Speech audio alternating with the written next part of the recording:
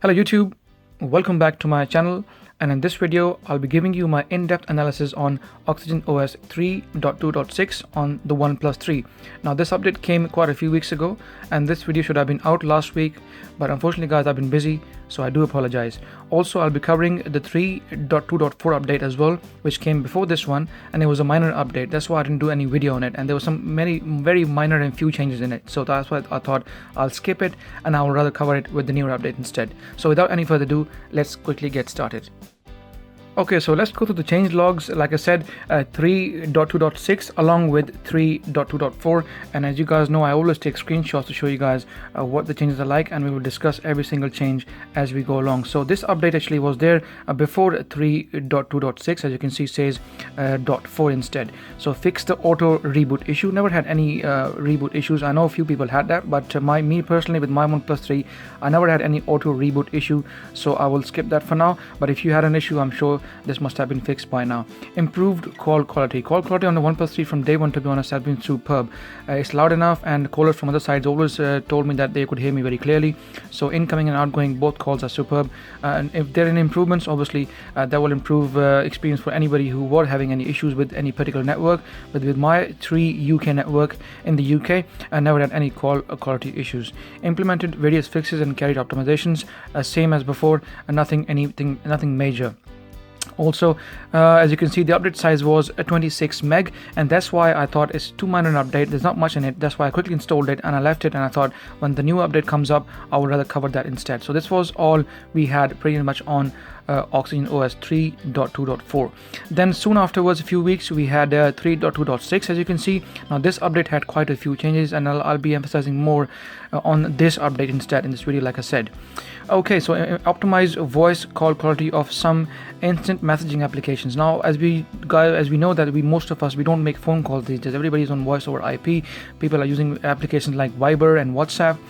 Now, when I was making a few calls through WhatsApp, I did have some issues where the call kept on cutting off, and also at times there was a bit of a hazy sound, a bit of strange kind of sound, the noises coming across whilst I was talking on my Wi-Fi to the other party.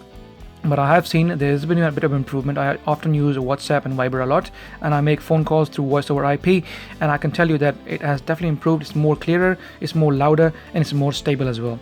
Okay, improved adaptive brightness performance.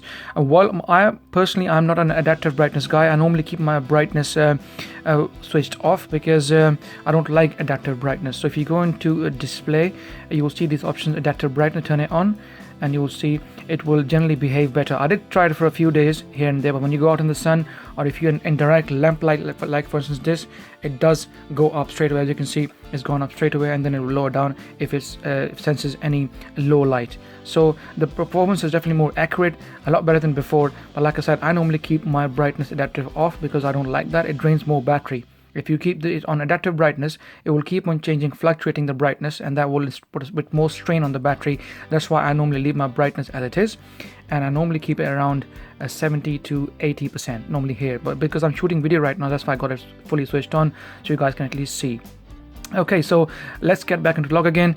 From here, okay, let's have a look. Improved camera quality. I will be discussing this very soon later in the video. There will be a dedicated camera section. I'll be taking photos, and I'll show you some photos I've taken in the past few days. Addressed some Bluetooth connection problems for vehicles.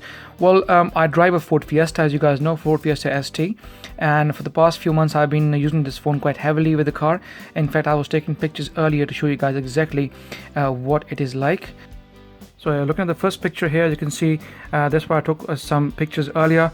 OnePlus 3, HTC 10, my S7 Edge, all these phones are regularly connected to my car, and I'm always testing this with the Bluetooth connection with my vehicle. And I have to admit that at times with the OnePlus 3, I had some issues. It kept on cutting off, and also had some noise, and there's some songs were skipping as well. But after the update, I can see there is definitely much more improvement. So it's good news for all of us, including those who had issues with the Bluetooth connection. Okay, allows a third-party application to modify ringtone, something which I haven't really looked into, but I'm sure now you can, third-party applications like for instance WhatsApp, Viber and others, you can now modify ringtone. Something, like I said, I haven't really looked into it. I'm sure it's minor, and most of you will be pretty happy the way things are. Okay, also optimize battery consumption when scrolling. Now this is funny. I mean, I don't know how you can consume more battery when you're scrolling. I know if you touch the screen and if you keep on touching it, every time you touch the screen it consumes battery, because the touch sensitivity obviously is sensed by the screen, and that puts a bit of pressure on the screen. So if you're reading like without touching the screen for a longer period of time, it won't consume as much battery as you would whilst you'll be touching the screen. But in general, I think it's a consumer is not going to be much concerned about. However, what you guys would be interested in, I'm sure, is how's the battery performance of the OnePlus 3, and that I'll be discussing in the battery section, including screen on time, standby times, and everything else. Also optimize touch accuracy when playing games. I never had no issues, even when I had the games before that. I did a gaming performance video, if you remember guys, quite a few months ago, and never had any touchscreen issues with whilst playing games. Added doze mode switch in developer options. Now this is something which I've seen. So if you go into the developer options, let's go into settings. I have, by the way, tapped on that already, and my developer options are already activated. Okay, so developer options, and from here you go further down, you'll see that's the doze mode here. Doze reduces battery consumption by deferring background CPU and network activity for apps when the device is unused for longer periods of time. So in a doze mode, you can actually, if you switch this off, all your apps like WhatsApp and Viber, you will start getting the messages across now. But if you turn it on, obviously those stops all those apps from sending out messages if the phone is on its own for a while. You can also manually skip it, which I'll probably show you in a separate video, how to skip your doze mode on application, because often people complain to me, ever since I had the Marshmallow update, my messages don't come through, and all of a sudden when I pick the phone up, all the messages and emails start coming across. So you can manually override that as well, but for most people obviously it's a bit more complicated. Like I said, I'll be doing a dedicated video on that and I'll show you, but here it's rather easier. So if you do switch it off, all your apps, emails will start coming across, and those will not override that. So it's something good to have, as we can see. Okay, also added pocket mode in display settings. Now if your phone was in the pocket just like that, and the pocket covers it, the sensor, then the pocket mode was automatically switched on. And this was released by OnePlus because lots of people complained that whilst their phones were in the pocket, they were accidentally getting activated by when they used to put their hands in the pocket, and the fingerprint sensor will activate the phone. So in order to get over that problem, they gave us this pocket mode on the phone. But now you can manually control it. Like I said, you can go into settings, and from here, if you go into display, let's have a look. There we go, and there it is right there. So prevent mistaken operations of touchscreen or fingerprint when the phone is in pocket. So if you switch it off, obviously it will turn on, but if you switch it on, it will be activated. Now that you have a manual control on it instead of that getting automatically activated like I showed you earlier in the video. So this update was about 40 meg, quite a big update, and quite a few things, like I said, have been added. I've pretty much gone through everything. Now it's time to go through obviously our battery stats, the camera performance, and every other bits and bobs which I will show you later in the video. So without any further ado, let's quickly get started. Okay, so let's have a look and see, now that we've gone through the changelog, which version of OxygenOS and Android I'm running on the OnePlus 3. So about phone, and as you can see guys here, it's running Marshmallow 6.0.1 along with OxygenOS 3.2.6, which is the latest, and also we have the September 1 patch level update, which is very, very good. I know quite a few major OEMs like HTC and a couple of others, which are not even till August, let alone September. So hats off to OnePlus for giving us the latest security patch level update, knowing that our OnePlus 3 is very secured and it's very, very nice and updated with the latest software. Now let's have a look at the cameras on the OnePlus 3. As we know, the front camera is 8 megapixels and the rear camera is a 16 megapixel sensor. Ever since I've had the OnePlus 3 guys, I have thoroughly enjoyed the phone, and I was surprised when I actually compared this with the OnePlus 2 and how much OnePlus had improved the cameras on the OnePlus 3. Now I've got here some test subjects. As you know, in my videos I always give you live demo, and I also show you some pictures I took earlier. So as we can see here, the test subjects. So let's have a quick look. As you can see on the camera interface, just quickly before taking the photos, there's some options you can obviously tinker with. If you tap on settings here, you can have a 16:9 ratio. You can also tap on a 1:1 ratio photo or a 4:3 ratio photo. I normally prefer 16:9 because it's a widescreen angle, so I can actually cover pretty much what I want. Also timer here and some other settings you can see, which I will obviously won't have to go through. I'm sure most of you know that already. Okay, so here, as you can see on the top left corner, we have the HDR mode, automatic at the moment, high quality mode, and also flash mode. So if you turn the flash on, you will see both of these modes will switch off. So you cannot use high quality and HDR mode with the flash on. If you switch the flash off, then you can obviously manually check whichever mode you want to take the photos with. You can take the photos with high quality mode, or you can also take the photos with high dynamic range mode as well.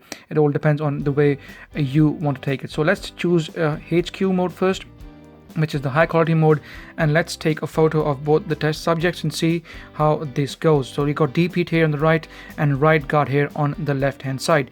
Let's take a photo once more. There we go. And let's take a couple of photos in portrait mode as well. So there we go. And notice I'm not tapping on the screen because I expect the sensor to focus on the subject by itself. Okay, so let's get a bit more closer without tapping on the screen. There we go. And by the way, the camera also has optical image stabilization, so that obviously helps in taking some good decent photos as well. So that's Andy the Android. There we go. Let's also take one landscape photo as well. There we go. Okay, so now let's check the pictures out and see how the quality is like. As you can see, I'm obviously shooting under LED lamps, as you guys know already, especially those of you who follow me, you know my setup. Okay, so have a look at Andy the Android. As you can see, if you go all the way, you can see the scratches between the eyes. So that goes to show how much detail the camera has captured. The colors are very natural, and this is without me tapping on the screen to focus. Often we find cameras, even with the higher megapixel sensor, struggle to focus, and we have to tap on the screen to focus. So all these pictures have been taken without tapping on the screen. As you can see, again, plenty of detail, and the gold color is really coming out really nicely. It's not oversaturated, it's very natural, and the contrast ratio, everything seems to be very good. The red, as you can see, is not too bright red. It's red bright enough, but it's not over saturated like you have on a Samsung Galaxy S7 or S7 Edge camera. Here you can see again black, and the colors and the whites are very concentrated. They're very accurate, and they're not overblown, which is the good thing. The whites are also not overblown, kept in touch. It's something which I've seen on HTC 10. Sometimes the whites get overblown, but thankfully on the OnePlus 3, the whites don't get overblown, and the colors are pretty accurate. There's a bit of a white hue here, but it's not too bad considering that it's not the best camera in the business, but it's a very, very good camera, and the price of the phone is very, very cheap as well. Again, you can see here a nice contrast ratio, nice depth, accurate colors, and to me it looks very, very nice indeed. Okay, so let's have a look at a few more photos which I took from earlier as well. This was I showed you earlier in the video. This is complete pitch black darkness in my car, and I did have to tap on the screen for the camera to focus it, but once it did, it really came up with some really nice colors. So even in a pitch black room, the camera takes some really, really nice pictures, so not too bad. Here again, on a daytime, I received a package today, so also had some really lovely colors coming out. Very natural pictures. That's the thing I like about it. It's not oversaturated, there's no over processing. The colors are very, very natural and very nice indeed. Here I was taking photos in daytime whilst I was driving. I was stuck in traffic, so I thought let me just take a few photos here again. Here early in the morning around 5:30, I took a picture in portrait mode. As you can see here, a nice color of depth, nice detail. Even if you zoom in all the way, it retains its colors and accuracy, so not too bad at all. Again, here I was taking the picture of my gear. I did put this picture up on Instagram. People liked it a lot. So like I said, if you want to have these, look at these regular photos, I often put them on Instagram. Please do follow me on Instagram, and the link is under description. So overall, I'm pretty impressed with the way the OnePlus 3's camera is. Both the front camera and the back cameras are nice. Here, as you can see, my Canon 750D Rebel T6i. Here, as you can see, where it says 750D, it was a bit overblown. This was, by the way, a complete pitch black room, and then I took it from a slightly different angle, and then I was getting a slightly better picture. As you can see, in the nighttime with flash, with no HQ and no HDR mode on, it did actually pretty well.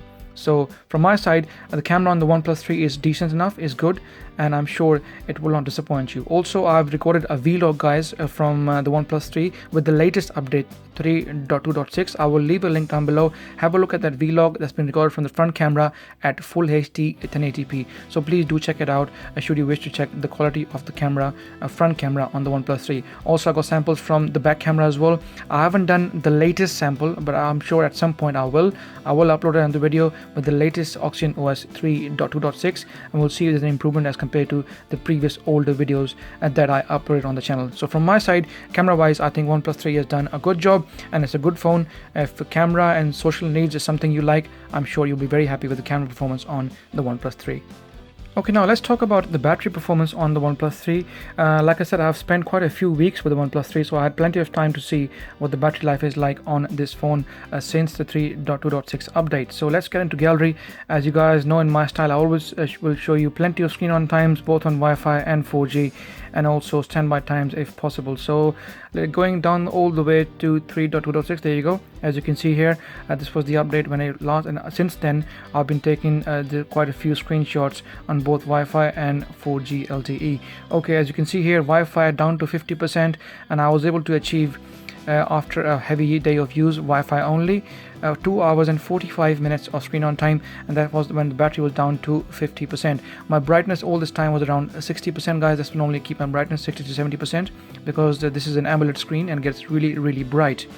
Okay, so eventually after making lots of phone calls, a heavy day, and I was able to achieve, as you can see, look at the lines here. I mean, I was watching quite a few episodes of Lucifer, a TV show series, and quite a few other bits and bobs on my social media and stuff, and eventually I was able to achieve 5 hours and 36 minutes of screen on time. This is one of the best performances I've seen from OnePlus 3 in the last few weeks. We had this kind of battery life on it when the phone came out new. Then after a few updates, the battery performance went slightly down, and now I can tell you that it's gone back to where it was. Around 5 to 5.5 hours is very good going from a flagship phone with only a 3000 mAh battery and a 5.5-inch very bright Full HD 1080p panel. I know it's not Quad HD, but still to get so much out of a 3000 mAh battery, I think it's well done by OnePlus 3. Again, I tested it on 4G LTE. As you can see, it says LTE on top. Lots of voice calls and lots of social media, Instagram, Viber, WhatsApp, full-fledged social media use. And eventually I was able to achieve 2 hours and 24 minutes of screen on time with LTE. Now what I'm going to show you after this is going to be slightly surprising, and I will show you why, and you will see that in a minute. So as you can see here, 2.5 hours of screen on time nearly, at around battery down to 50%. And eventually in the end, this was, I think, a standby time. Let's discuss this as well. Standby was 36%. As you can see, at 3:01 I left it on September 23rd, and then when I checked it at about 10 o'clock in the morning, the battery had went down to 31%. So it only had lost about 4% in about, I would say, 7 hours. So a pretty average, I would say. Not the best, not the worst, but a respectable, decent figure. Okay, now carrying on from that screenshot I showed you previously, 50%, 2.5 hours, and eventually in the end I was able to achieve on 4G LTE. The figure is going to be really surprising, 3 hours and 46 minutes of screen on time. Now this is really surprising, considering that if I had 2.5 hours of screen on time, it should have given you at least 4 to maybe 4.5 hours of screen on time. And the reason for that is because I was using the phone for lots of phone calls. I have shown you this in my previous battery performance videos on the OnePlus 2 and a few other phones, that if you're going to be making a lot of phone calls, then the battery will deplete quicker. When I say deplete quicker, what that means is that you'll be spending less time on the screen and more time with the radios making phone calls. So that's why your battery will start going down without you even switching the screen on. So when you have slightly less screen on time on 4G LTE or Wi-Fi, and you've made a lot of phone calls, and if the screen on time is less, it doesn't mean the battery is bad. What it means is that you use more time on phones, on the radios, drain the battery down, and less time on the screen like on Wi-Fi or 4G going through your social media apps or emails. That's all it means. And I will show you further. I took a screenshot of my voice calls as well. I really went, really strong with voice calls. I made a lot of phone calls because obviously in the last few updates they've been talking a lot about how improved the voice quality is. So I wanted to make sure that the voice quality was stable, it was nice, and didn't break during phone calls. Okay, again, at 2:30 here in the morning, September 24th, was down to 65%, and around 11 o'clock in the morning, it went down to 61%. Again, I would say not the best, but decent figures so far. At least it's not draining as much as people have complained on the OnePlus 2. Okay. Here again, down to 41%, lots of phone calls again, and using my social media bits and bobs. And here you can see the phone call bit is all the way up to 6%. That's a lot of phone calls, and that's why I took a screenshot of phone calls to show you guys what I mean, what I said to you a little while ago, that if you make more phone calls, you will have less screen on time. Okay, as you can see, an hour and 26 minutes of voice calls. So that was the time lost in which I had no screen on time. When you start making calls, you put your phone close to your ear, the screen goes off, so it's not counting any more clock for the screen on time. Eventually down to 14%, and I was able to achieve 4 hours and 1 minute of screen on time. Decent figure considering that I was on the phone for so long. That's why the screen on time is around 4 hours. Otherwise it would have been around 4.5 to maybe 5 hours of screen on time.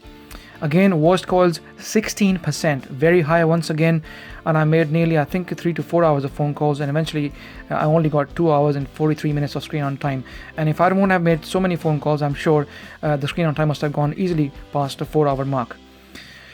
As you can see, eventually 3 hours and 34 minutes, down to 21%, and eventually then I said, okay, I'll just put the phone on charge anyway. As you can see, voice calls 3 hours and 34 minutes. That's a lot for voice calls, and that's why the screen on time was slightly, in fact, a lot less than what it was from before. 2 hours and 43 minutes of screen on time with 3.5 hours of voice calls. So voice quality, in my opinion, on the OnePlus 3 is absolutely fine, no issues, and the users on the other end reported no issues on phone calls as well. Once again, phone calls, social media, everything else, and I was able to achieve 2 hours and 21 minutes of screen on time with battery down to 46%. And eventually in the end, after using it pretty much all day, I was able to achieve 246 again, and then eventually at the end, there we go, I think I took multiple screenshots. I was able to achieve 4 hours and 31 minutes of screen on time, and that obviously includes phone calls, not as many as before, but still I did make quite a few phone calls. That's why you can see a bit of difference between this and the very first screenshot where you saw the battery, the screen on time going all the way up to 5.5 hours of screen on time. Then again, I tested it, I think, with this time less phone calls and more Wi-Fi. So I wanted to really see if I could achieve the 5.5 to 5 hours screen on time once again on the OnePlus 3. Okay, as you can see here, down to 4%, 3 hours and 45 minutes. I did make again phone calls, that's why I went down, but there was a bit of fluctuation in the screen on time as well, I must admit, because I was using 4G LTE as well as Wi-Fi, so at times the screen on time was less than what I expected. Okay, here I think I made less phone calls, and I was on MX Player watching some TV shows. Sometimes when I watch these episodes, I'm watching for 2-3 hours non-stop without even interacting at any other level with the screen, just watching movie. So when you touch the screen, it consumes battery, but when you're not touching the screen, just watching movie, it's more optimized for the battery in most cases. Okay, and eventually down to 10%, and I was able to achieve again, as you can see, 5 hours and 30 minutes of screen on time. So it goes to show that yes, if you interact with the OnePlus 3 at a reasonable rate, not too many phone calls, not too many touching, and having a normal standard day on Wi-Fi, you can easily get over 5 hours of screen on time on the OnePlus 3, as long as you keep the brightness around 50 to 60%. At times at night time, I was also reducing the brightness as well, so that obviously counts towards more screen on time.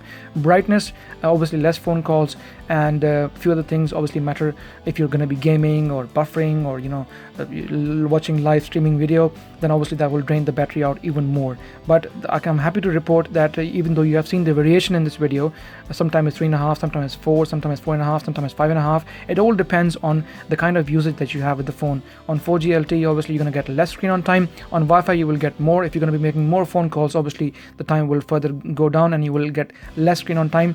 But in my time with the OnePlus 3 in the last few weeks, I can tell you, I personally think the battery is good, and it's an all-day battery life phone, and you will have no issues whatsoever. Also, I love the dash charging. Before you know it, it gets charged very, very quickly. So dash charging is a big welcome.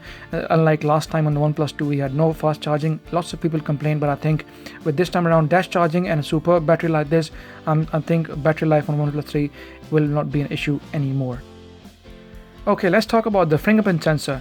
A hot topic, a topic which was often asked to me on the OnePlus 2. Lots of people complain, and we know that OnePlus 2 had its own set of issues when the phone was launched. The fingerprint sensor was all over the place. It wasn't accurate. People were saying sometimes it wasn't responding at all. Sometimes they had to push it really hard. But I'm glad to report that from day one up till this point, the OnePlus 3's fingerprint sensor is one of the quickest fingerprint sensors I have ever seen on any smartphone. And I'm just not saying it because I had the OnePlus 3 my phone. As you guys know, I get dozens of phones. I got plenty of phones to review. I have myself on, at the moment, I've got about a dozen phones on me. But I can tell you, the Galaxy S7 Edge, the HTC 10, the LG G5, all these major flagship phones, no phone can compete the speed with which the OnePlus 3's fingerprint sensor works. Let's have a quick look and let's give you a quick demo. There you go. Let's see how quick that is. You seriously cannot beat the speed of the sensor. I know they say 0.3 seconds or 0.2 seconds, whatever they say, and it's really fast. But I can only say that, in order to enjoy the experience on this fingerprint sensor, you have to really use it to see how quick this is. I've got my thumb finger configured. I also got my index finger configured as well. I mean, it's a completely opposite experience to OnePlus 2. On the OnePlus 2, you have to sometimes push a bit harder still, even till this day, and it's not as accurate and fast. But on this one, it is very, very fast. Once your thumb gets close to it, boom, within seconds, it just opens up straight away. It's difficult to explain. I did make a dedicated video on the fingerprint sensor on the OnePlus 3. I'm sure you can find that on the playlist on my OnePlus 3 on the channel. But I am till this day mighty surprised with the fingerprint sensor on the OnePlus 3, and OxygenOS 3.2.6 carries on the same tradition without giving it any issues whatsoever so far. So very, very happy with the fingerprint sensor on the OnePlus 3. Okay, now time for the final conclusion, and should you buy or should you not buy the OnePlus 3? In my opinion, ever since I've had the OnePlus 3 from day one, I think it's a superb experience. As you can see, it's made from nice metal aluminium, top of the range build quality. Everything is superbly crafted. The speaker, machine drilled speaker hole, the Type-C USB reversible, I love that. Also, you have the 3.5mm jack, unlike the iPhone 7 where you have no iPhone jack. It's a bit funny at times, I know, but unfortunately that's the harsh reality that Apple has thrown on the table. But I'm happy to see that many Android phones still have the 3.5mm jack. The phone has got this nice chamfered edges, a nice power button with a bit of a texture on it as well, which is quite nice. And also you have the SIM tray here. And the phone has 64 gigs of built-in storage, Snapdragon 820 along with 6 gigs of RAM, a superb 16 megapixel Sony sensor, and also one of my favorite selfie cameras of the year, 8 megapixel, and it takes some lovely selfies. I'm very, very happy with it. So should you buy the OnePlus 3? As far as I'm concerned, when you look at the price, you look at the specs, 6 gigs of RAM, Snapdragon 820, powerful cameras, superb design, light and slim, along with dash charging, there is no reason to say no. I would say yes, and it's a big yes from my side. I would say please, if you don't have the cash to pay for the S7 Edge, if you don't have the money to pay for an HTC 10 or a Sony Xperia XZ or any expensive flagship phone out there, for example like the Google Pixel phone, which is ridiculously priced so high that I am not happy with that at all. I think now is the time to buy the OnePlus 3 and show it to the world that, you know what, you can pay half the money of any flagship phone in the world and you can get probably a better specs, better performance, and a well-crafted, beautiful, all-rounder phone. So from my side, it's highly recommended. I cannot say any further, to be honest, and I wouldn't recommend it because there's no other reason. The phone is superb. It's got all-day battery life. The cameras are fantastic. The build quality is top-notch. 64 gigs of internal RAM, 6 gigs of RAM. Even the flagships from 2016, none of them have got 6 gigs of RAM. Note 7, S7 Edge, HTC 10, Xperia XZ, all are with 3 or 4 gigs of RAM. But this phone has 6 gigs of RAM. If you buy this now, I'm sure for the next year or two, you will not have to worry about any other phone coming out in the market. So my take, and from my side, it's fully recommended. It's nearly a perfect phone, I would say. Apart from the SD card, I think there's nothing else I can say, or maybe some people might complain about the IR blaster, but apart from that, I think this phone is pretty much top notch. All-day battery life, superb performance, and I cannot say any further. Do go for it, and I'm sure you certainly won't be disappointed. I'll be covering the OnePlus 3 throughout this year and maybe till the end of next year as well, because I absolutely love this phone so far. So guys, if you like my video, please give it a thumbs up. Any questions about the OnePlus 3 or even the OnePlus 2 or anything else about OxygenOS 3.2.6, please feel free to ask me in the comment section. And like always, please subscribe to my channel, guys, as it helps. And I shall see you in the next video.